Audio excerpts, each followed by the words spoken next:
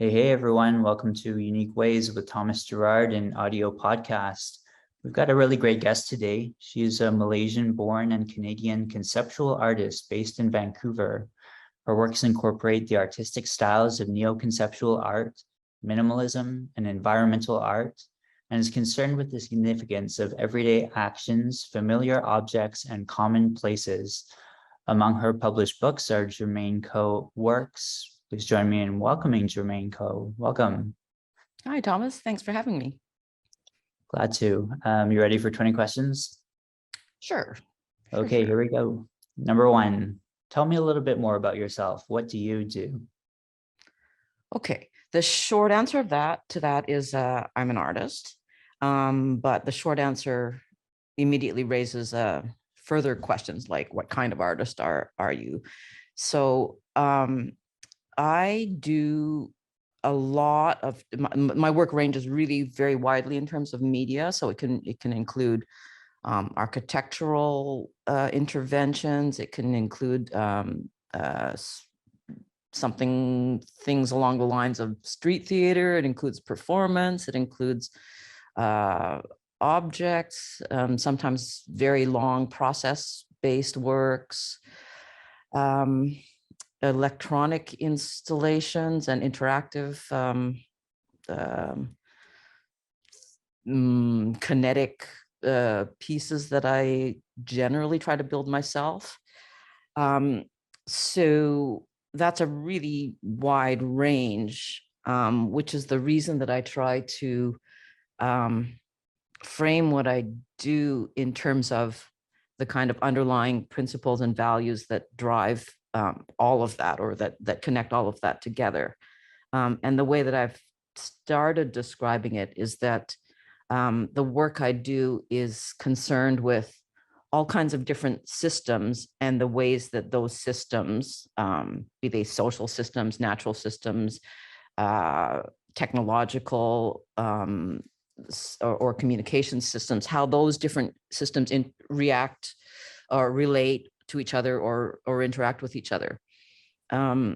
So it's the work that I do is always idea driven, in the sense that I have an idea for a work that I want to, or a kind of experiment that I want to set into motion. And then that takes the form, the physical form that it needs to.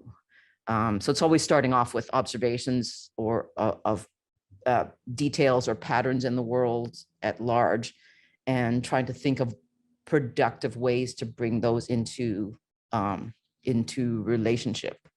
And then the physical form takes whatever form it seems to need to.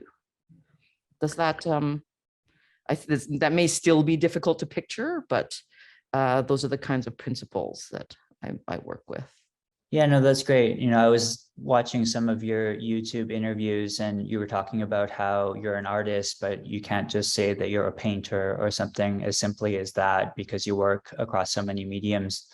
We had Sunny Asu on recently, and he was our first real artist from the art world.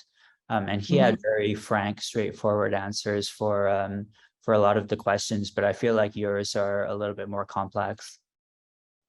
Yeah, it's really in the realm of experimentation that I feel my work sits in, and it really wants to be engaged with and considering the forces and patterns in the world at large. And so that's that generates the decisions about what kind of materials to work with.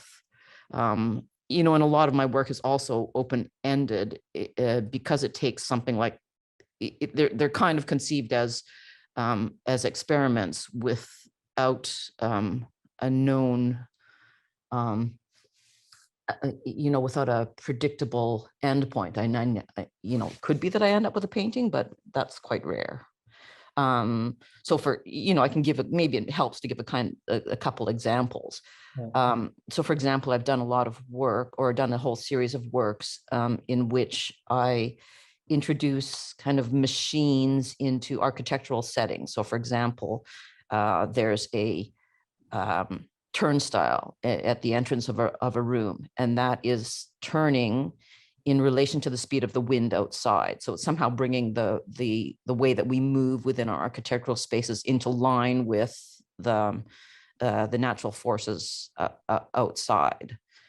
So it's a piece that is hard to predict what it's going to be doing at any particular time, but well, in one way it is, but in another way, we could look at the outside world and know and predict what it's meant to do. So it's a kind of sneaky way of turning our attention back to the world outside, and while kind of undoing or working against the systems that we use to buffer ourselves from that outside world in some way. That's Yeah, just one example. I heard you give that turnstile example before. I thought that was a really good kind of clear example of what you do and kind of the complexities of it. Mm-hmm. Number two, what's a key piece of knowledge that makes you different?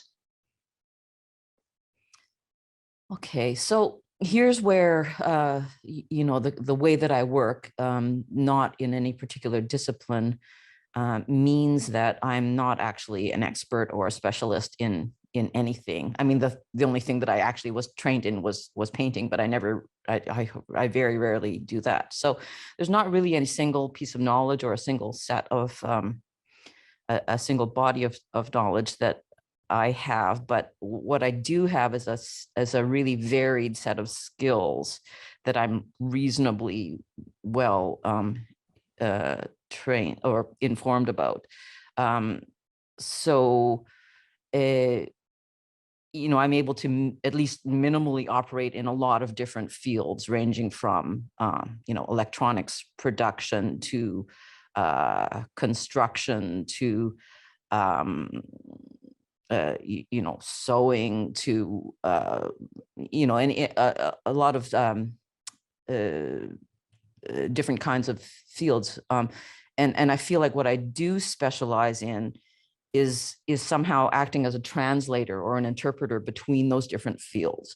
So I'm someone who, for example, I spent a couple of years as an artist in residence for the city of Vancouver's engineering department. And maybe I was one of the only people who actually wanted that job, but it was the end of the position ended up being doing a lot of translation between how an artist would approach a problem and sort of and making that palatable to engineers who have maybe a little bit more of a practical bent. So that's I specialize in being like someone who doesn't necessarily excel at any one thing, but is able to sort of like help talk about why, or so I think I did that. I think I'm explaining this badly, but to translate between disciplines in some way. Yeah. And I feel like, at least in art education, these words like cross-disciplinary and transdisciplinary, multidisciplinary are common now, and we kind of do that, don't we, a little bit. One of our early episodes was with Al Jones, who didn't have any specification at all. I mean, you've got artist and you're very recognized for that. Al just wanted his title to be Curious Human. And I've got to go back and listen to that episode again, because I don't know how he managed to answer these questions with that kind of lens, Mm-hmm. But yeah, I think yours is pretty clear. Although artist is a big category, you do have that category. Well, I've started to realize that I can use the platform and the visibility that I have as an artist and the opportunities that come to me from being a relatively prominent artist to do work in kind of other disciplines. Like, for example, I have an ongoing project, which I call Homemade Home, which is concerned with advocating for and actually constructing alternative forms of dwelling that might not be that might not be strictly acceptable within the construction disciplines, right? But so because the kinds of things that I want to look at and build, things like tiny houses or tree houses or dwellings that are actually smaller than a minimum size, because these things, there's no place for them within the regular construction industry. I'm using the platform that I have to bring these kinds of things to use art galleries, for example, as a platform to talk about these issues and advocate for them. So it is somewhat useful to be to be identified as an artist in that way. Yeah, that makes sense. I mean, you use the word experimental, and I know that Royal College of Art has in one of their design streams, they have an experimental design stream within a stream. So that seems like it is a way of speaking these days. Number 3, why this of all things? Why do you do what you do? Well, I did contemplate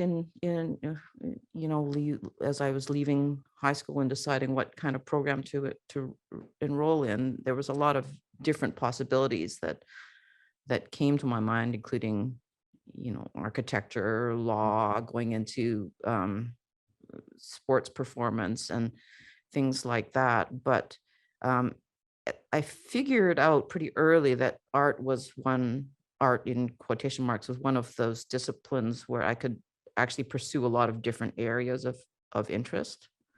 So there was the kind of freedom to define that as one wanted to. Right? That's maybe that's maybe about the only way that you could define what art is being is attempting to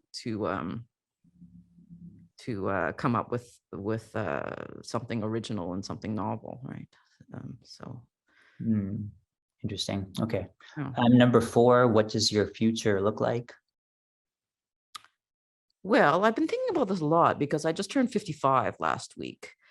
And so, of course, I'm sort of at an age where society would say there's like no more use for me as a middle-aged woman. But I actually feel like I'm really only hitting my stride now. Like I'm getting pretty good at making things now and pretty good at working, understanding who to talk to, how to talk to people, how to bring people together, and so on. So really just now do I feel like I'm well enough positioned to kind of work at an ambitious scale and to be really ambitious about the things I'm trying to do that don't fit into existing systems. And, I guess I'm also starting to understand that I can really use the position and the prominence that I have to advocate for issues that I care about, and that people somehow I realize that people actually listen to me, and there's a funny adjustment that is happening around me, where all of a sudden people are starting to turn to me for guidance, and to act as mentor, specifically, as for mentorship and consultation. And it occurs to me that all of a sudden I'm becoming an elder somehow, or people are starting to treat me as an elder. I used to be always the youngest person doing the things that I do, and now I'm me. Now I'm one of the older folks, and it might be so. Thinking about all of that, I'm realizing that maybe after having avoided academia for most of my career, I might be actually finally ready to teach. But I think that would only really make sense if there were some kind of position within academia that that I could fill while acknowledging the value of all kinds of systems of knowledge that exist to the side of and outside of academia, things like, traditional forms of knowledge, indigenous ways of knowing, uh, uh, uh, the trades as a form of knowledge, and vernacular ways of operating, and so on. Like, to me, this is uh, an important part of what informs my work and that I draw on. So, I recently did a year as the artist in residence at the University of British Columbia's visual art department. And when they invited me to do that, they said it was specifically because I was a real maker, right? Because I theorized through doing in some way, and so it was kind of useful for them to have me around the department as a kind of example of what a working artist looks like, Yeah. I'm trying to remember if it was in one of your interviews or not, but I was listening to this bit about the lifespan of a project, and bit that I was remembering was this idea of a project lasting from now until the end of your life, basically. And Yeah, that I have a few of those, and they're kind of so those are kind of both my future and my past. But yeah, there's projects like, for example, just so your listeners have a bit of an idea of what we're talking about when we talk about what it is I make. But about, what was it? Would it be 30 years ago? I had this great idea for a project. I thought to myself, okay, well, I want to pay tribute to all of the grannies who've spent their entire lives like knitting sweaters and pouring their love into making things for the people around them, and who end up with nothing in some way, nothing to show for it at the end of their long lives. And so the idea was, could we somehow visualize that daily labor and the output of a lifetime? And so I thought, okay, well, I should go and recuperate some of these no longer needed garments from thrift stores, or have people give them to me when they outgrow them, and I'll take them apart and I'll knit them back into a blanket, a kind of collective blanket that will just grow and grow and grow, and I'll just keep doing that for the rest of my life. And so there's an example of an experiment, or a project conceived as an experiment. Like, what would the output of a lifetime's worth of labor look like, that I couldn't picture at the outset, but that now I'm stuck with doing for the rest of my life. So I maybe didn't think that one through too well, but it's also the kind of piece that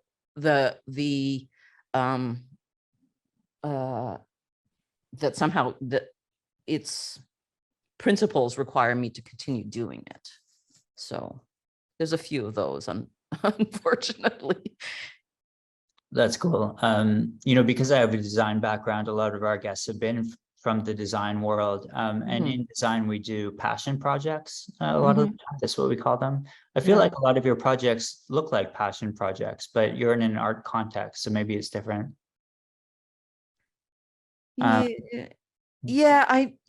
designers and artists, I have had occasion to realize you all are trained really differently than visual artists are. Yeah, where the notion of an uncertain outcome or embrace is, although experimentation may be part of your processes, yeah, the idea of existing in the state of uncertainty is maybe a little bit less tolerated in your working environment, at least, I want to say. Yeah, I would agree with that.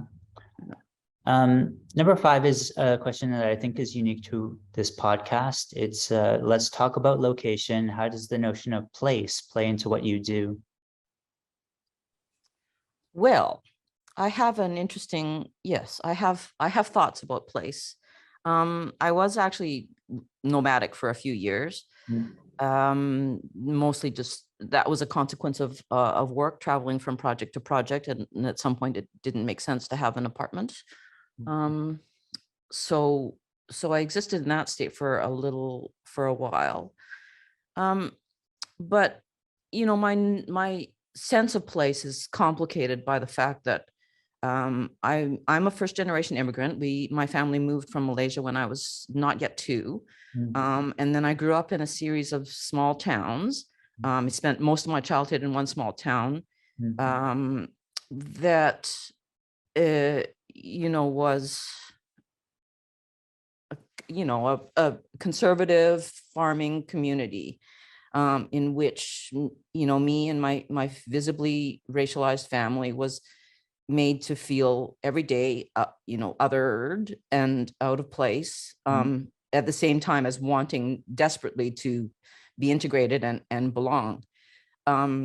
So for me, I developed a kind of sense of radical independence where the slurs couldn't hurt me. And I was able to sort of like that was my survival strategy. So being a family that was really trying to integrate, we grew up without a real connection to our culture of origin. So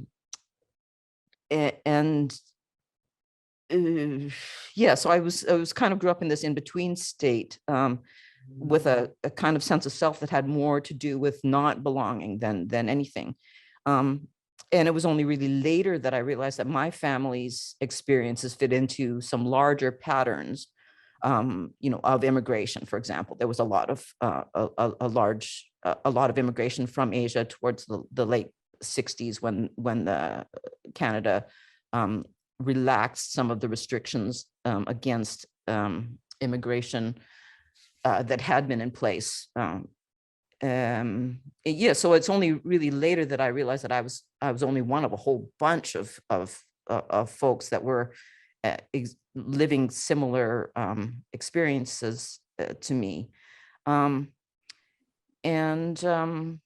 The other thing about place that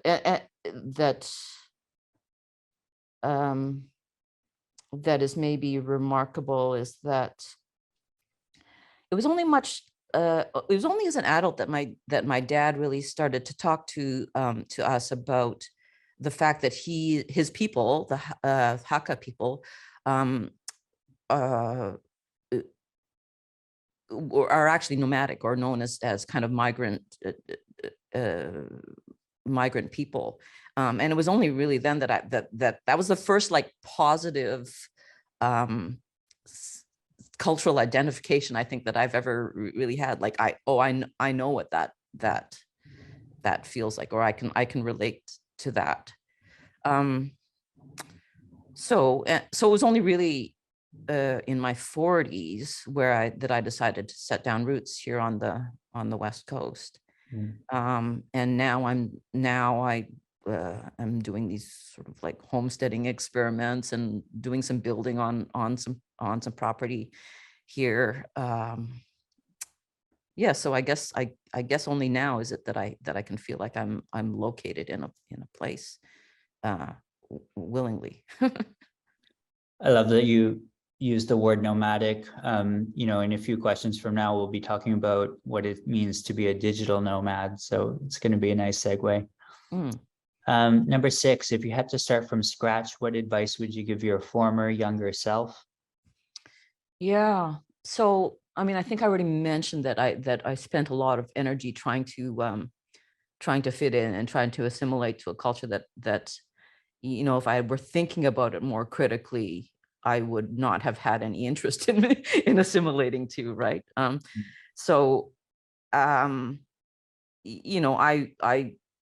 was a very obliging child who kind of an overachiever who was trying to, who worked hard to get good grades and to try to fit into those kind of dominant narratives. And it's only with a bit more maturity that I started to think or wish that I had the courage to embrace the and pursue the kind of weirdness, my inner weirdo, and or what was then an inner weirdo. Now it's a little bit more on the surface, but that's the thing of like I wished I had got to a point of critical thinking earlier, because it would have led me to realize that these kinds of conventions of the the colonial systems that we all grew up in are really pervasive and kind of hard to recognize, let alone overturn. And so I think I'm finally late arriving at that stage. I wish I had realized that earlier. Yeah, it's super interesting how, that makes me think of how in Vancouver, at least in the academy, there's so much more kind of response to indigeneity or the whatever the proper word is for that, and how that was never a thing in the way that it is today. Number And six, I think only really recently now, yeah, too, yeah, right? that's right. Yeah. I think that we're only like collectively starting to grapple with the weight of that, and a realization that oh my God, all these systems that we have that have given us value, that we have that we have excelled or not within, are built on a very fundamental injustice, right? And I think that's a hard thing for people to face. It feels like we still have a long way to go with that, actually, to me at least. Yeah. Number seven, what's a day in your life like? I have a really project-based work life, and maybe personal life as well. So I usually have several projects on the go that might be at various stages. Some of them I have control over the overall timeline. Some of them I don't. For example, when I do public art projects, that's a larger timeline that my project has to fit within. So it means that I don't always have total control over how much over workloads and things like that. I mean, I control what I can. So I'm normally flipping between different projects. The life of an artist, maybe people don't realize, but there's way more just administration than one would like, or than the romantic ideas make it out to be.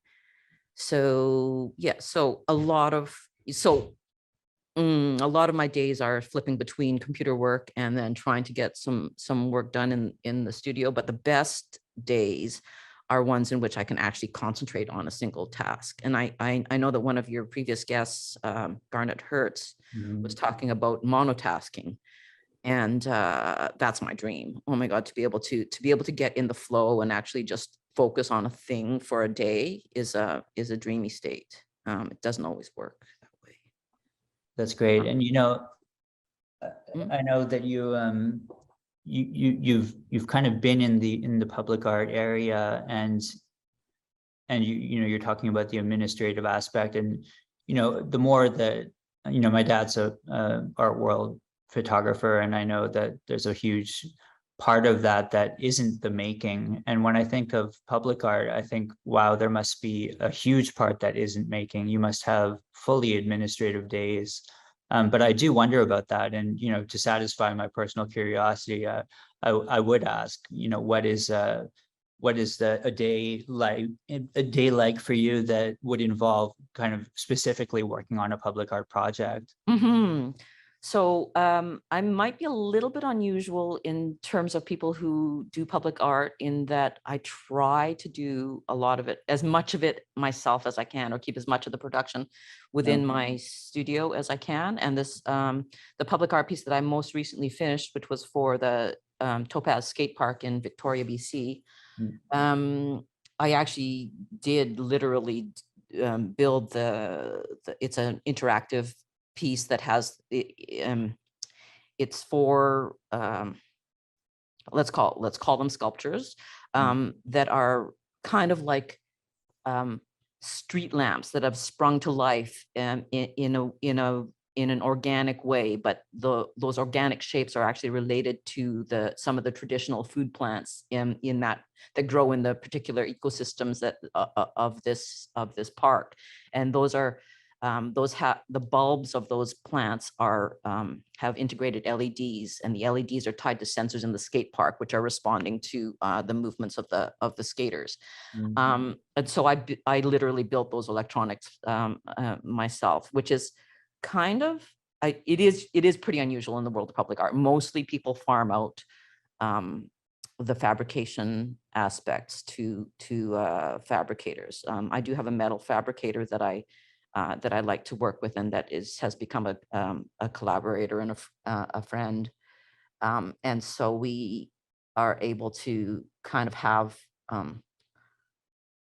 we're able to solve things on the fly. But on the other hand, the processes that are required of public art, i.e., having things properly engineered, and having to submit drawings well in advance of when the thing actually gets built, let alone installed, mean that kind of problem solving in the moment is not usually possible. Like the small details of it are possible, but the bigger picture, it's difficult to change one's mind once a design is kind of submitted and so on. But yeah, in short, so for that one, it was a lot more actual fabrication than is typical of a lot of public art projects. A lot of people who do public art, they'll their role is mostly administrative, right? Like they'll farm out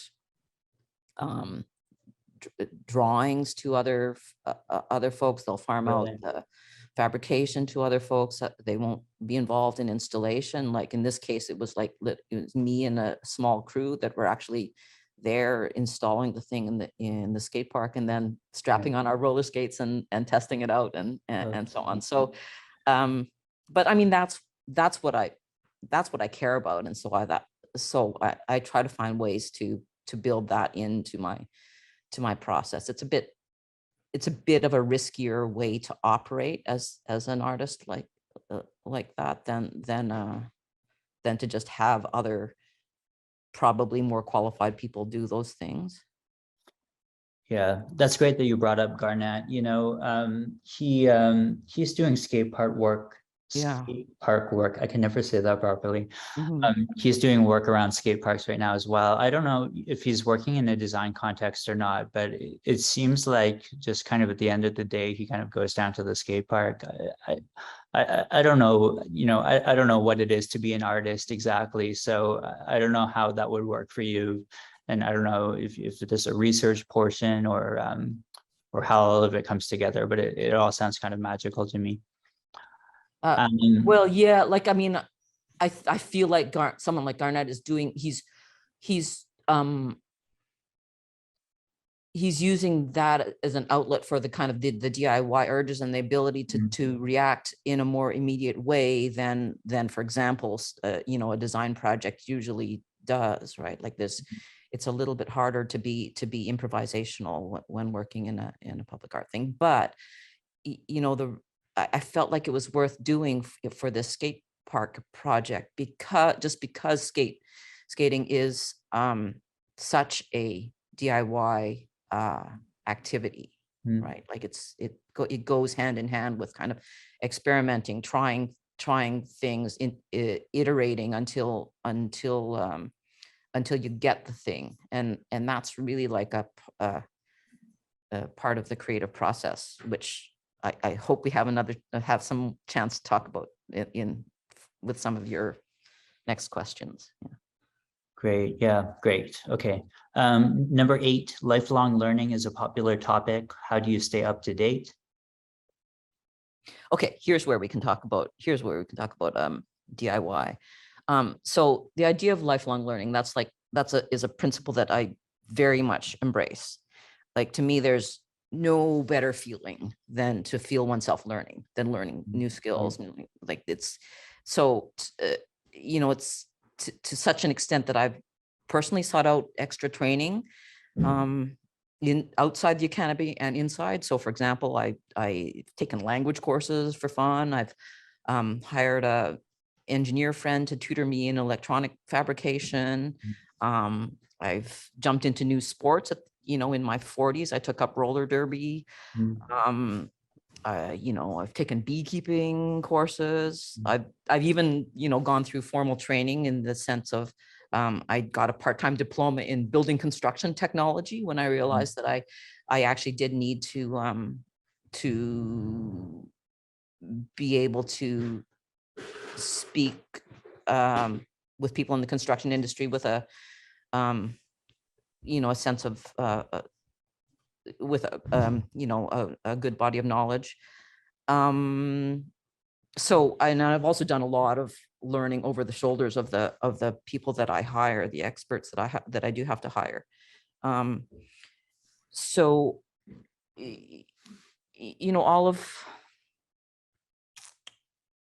all of these are fields in which I'm an amateur at everything. And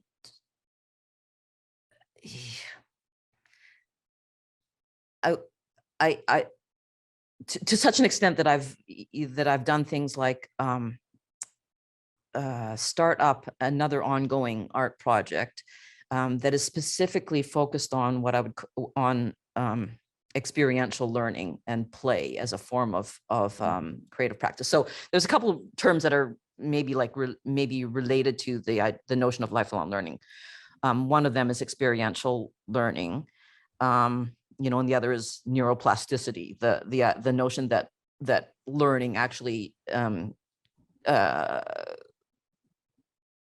causes or creates or kickstarts physiological changes. So the idea of the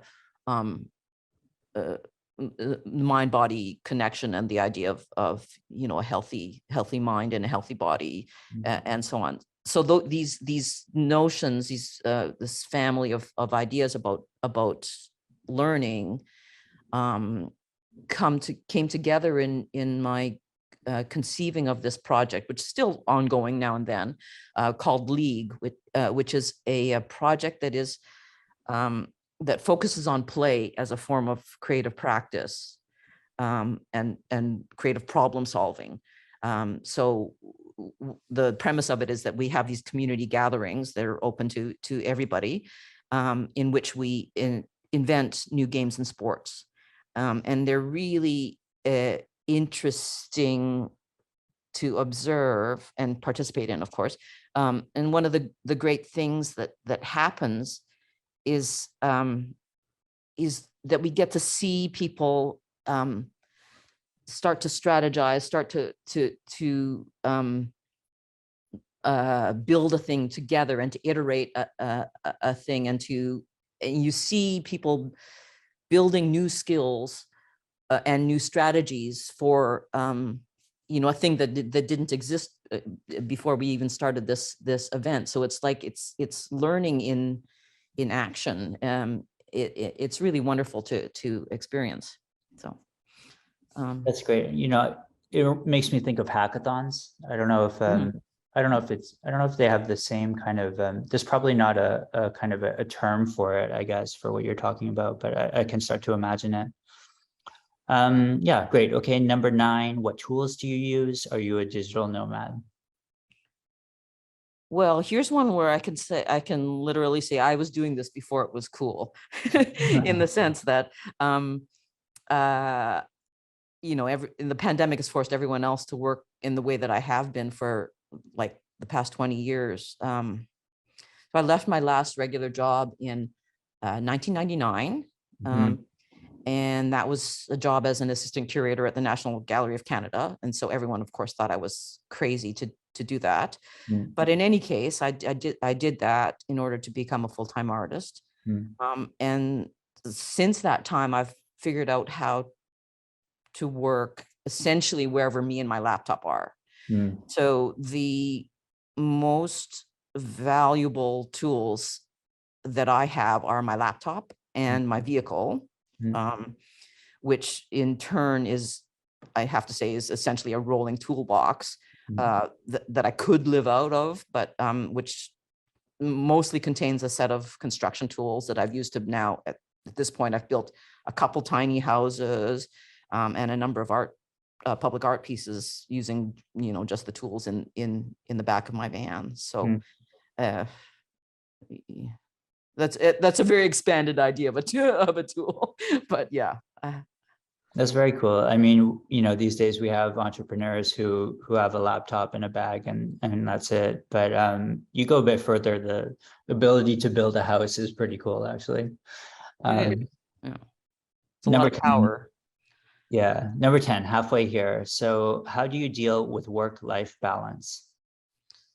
Well, like a lot of artists, there's little separation between work and life for me, and that's especially because the work that I do is based on thinking about daily life and looking at the world around us, and the things that we all have in common. So there's always the chance that even a social gathering turns into work, or I'll be going about my daily life, and all of a sudden I'm I've turned my thoughts to work. So I yeah, that's a yeah. Yeah, a lot of I people don't do it. struggle. A lot of people struggle There's with. very little separation, to be honest. Yeah, Great. yeah. Number 11, if you weren't doing what you do now, what would you be doing? Mm. Well, I sometimes say that I still sometimes say I'm gonna quit and become a bush pilot or something like that. The idea of just flying away from it all it feels really good sometimes. Mm, But I think that's probably not going to happen. I probably wouldn't be very happy just doing only one thing and only being in one type of location. mhm. Um, I'm I try to be pretty intentional and about what I do and where I do it, and that's because I think that part of my job as an artist is to make an argument for the value of the things that I pursue and the ways I choose to live and the ways I choose to position myself. And so it is very intentional to be doing what I am doing. Um, that said, I've been an athlete for my entire life, but I never really excelled at any sport enough for it to be my full-time occupation. But if I had, I for sure would have done that as long as it lasted. Nice. Um, so, Great. Number 12, what would you not like to do in terms of career?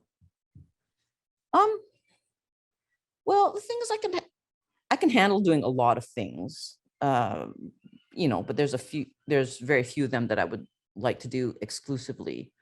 So, like for example, I'm actually quite seriously introverted. So speaking, doing interviews does not come easily to me. But nonetheless, my work requires it. And, but certainly am going to have an antidote later by going for a walk in the woods by myself or something like that.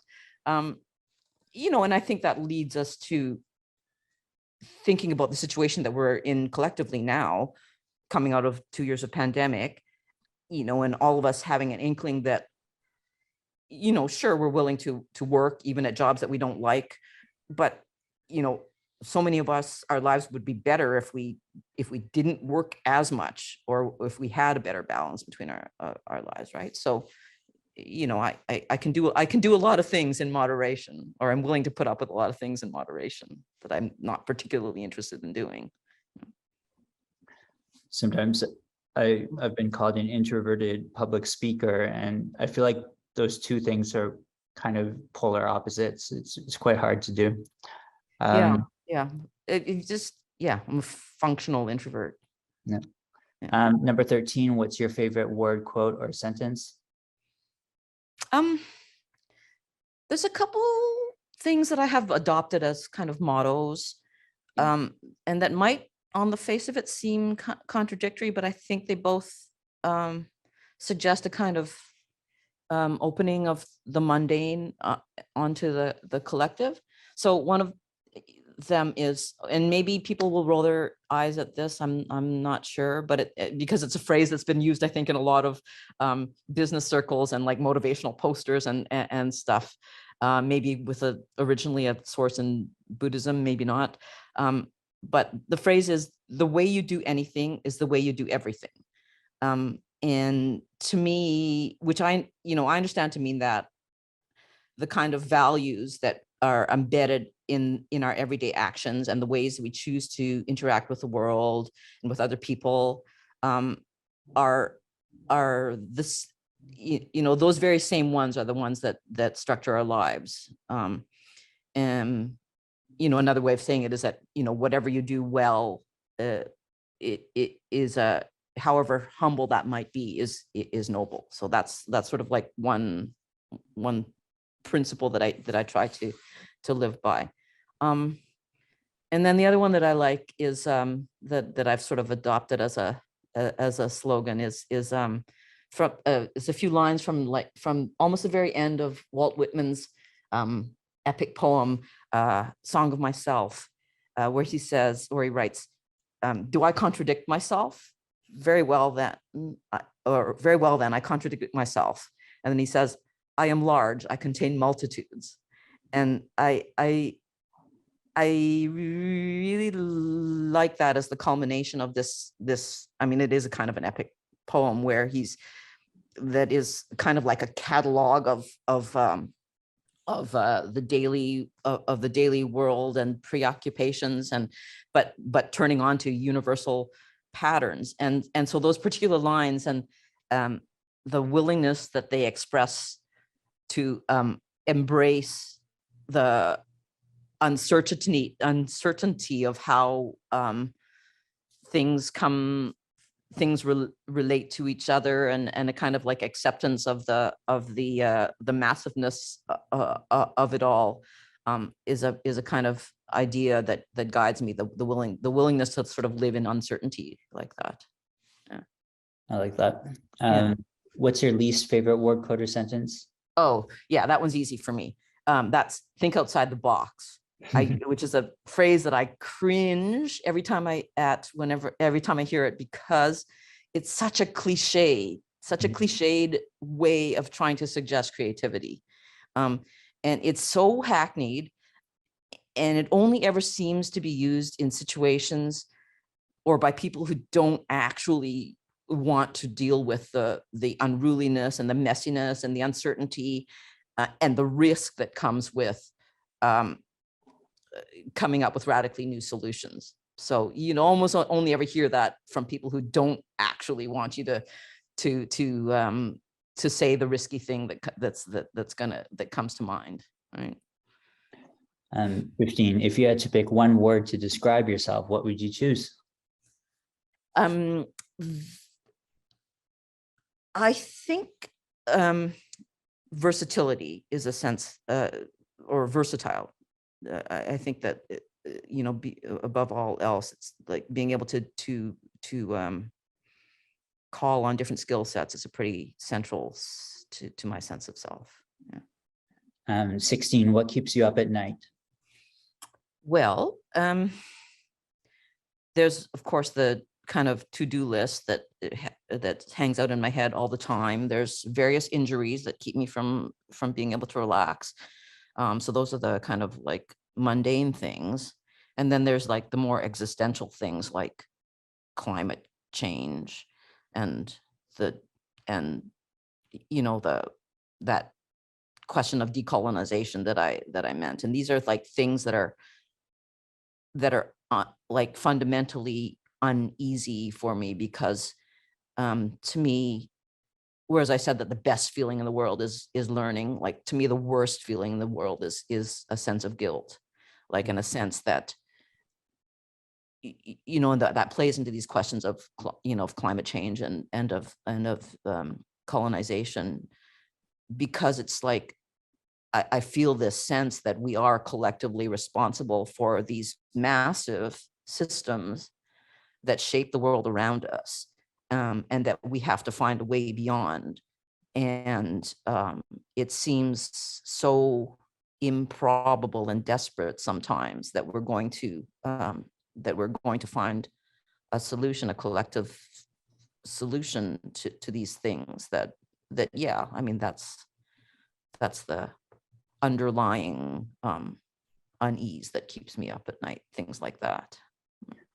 That's a great one. It reminds me of some of Dr. Ron Wakari's ideas. He was on the show, and he had recently put out a book about more than human worlds and more than human design. And it was one of his ideas is around a plastic bag and how that was made to, take your groceries from the shop to your car.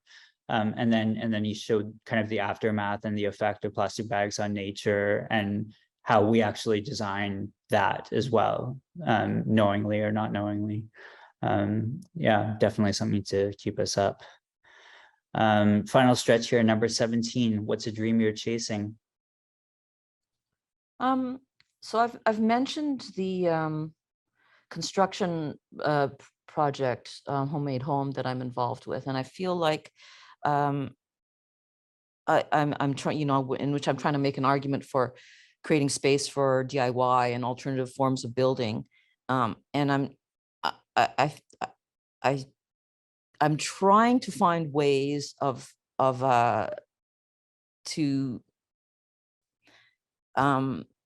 that project to, or for the concerns that are built up in that project to lead to some actual changes, like maybe in the form of, relaxation of certain kinds of guidelines, maybe in the form of municipalities finding ways to just like let certain kinds of building exist, and so on. So that's a kind of like big picture thing that I'm trying to work on, and and to me it means it involves nothing less than sort of overturning or finding space for other ways of operating outside of these kind of colonial systems, big that shape our world. So that's like on the work front. On a personal front, the athlete in me, even though I'm aging, and facing the prospect of never ever having another personal best, like of always being on the downhill side. So I dream of having at least one more personal best in me somehow in some activity. I think it might be a 5K run, or I think seems to be like the most promising prospect at this point. But yeah, Nice. one last PB would be nice. Number 18, what inspires you? I am totally fascinated by watching things grow in certain way. Like, so like in pandemic, I've also spent a little more time cultivating things than I used to. And it's so fascinating to see things grow. But I also mean not only physically, but also, figuratively, like watching people grow, watching, so when I do teach, I think of it as coaching more than anything. And so seeing personal development, seeing people pick up skills and then and adapt them, make them their own, it's like this really magical process to see these things unfolding. So maybe that's one thing. there's also, and I think you've maybe got a sense of this in some of the other things that I've said, that the feeling of oneself being immersed in things that are greater than oneself. I mean, they used to call it the sublime. I mean, I guess we still could, but we don't, tend to use terminology like that anymore. But that sense of being a part of systems and things greater than oneself I think is a really inspiring sense. Very cool. Yeah. Number 19, any advice you'd like to share? Well, I think that so much advice that people have comes down to the golden rule. I particularly like personally the Bill and Ted formulation of it, which is be excellent to each other. That's the. Yeah, I like it. And most people's favorite, I'm not sure about you, but number 20, how can our listeners keep tabs on you? How can we follow you? How can we see what you're working on? Well, my work can be found on the web at germainekoh.com. Mhm. And I've started to use Instagram as a kind of more informal. So that's on Instagram, I'm at GermKoh, GERMKOH. Okay, awesome. Well, thank you so much for joining today. I feel like my mind expanded a little bit. I definitely got something out of this that I don't ordinarily get. So that's super cool for me. And for the audience, yeah, I really hope you guys check out Germaine's work. Also on YouTube, there's some great interviews there with you. And yeah, thank you so much for being on the show. You're most welcome.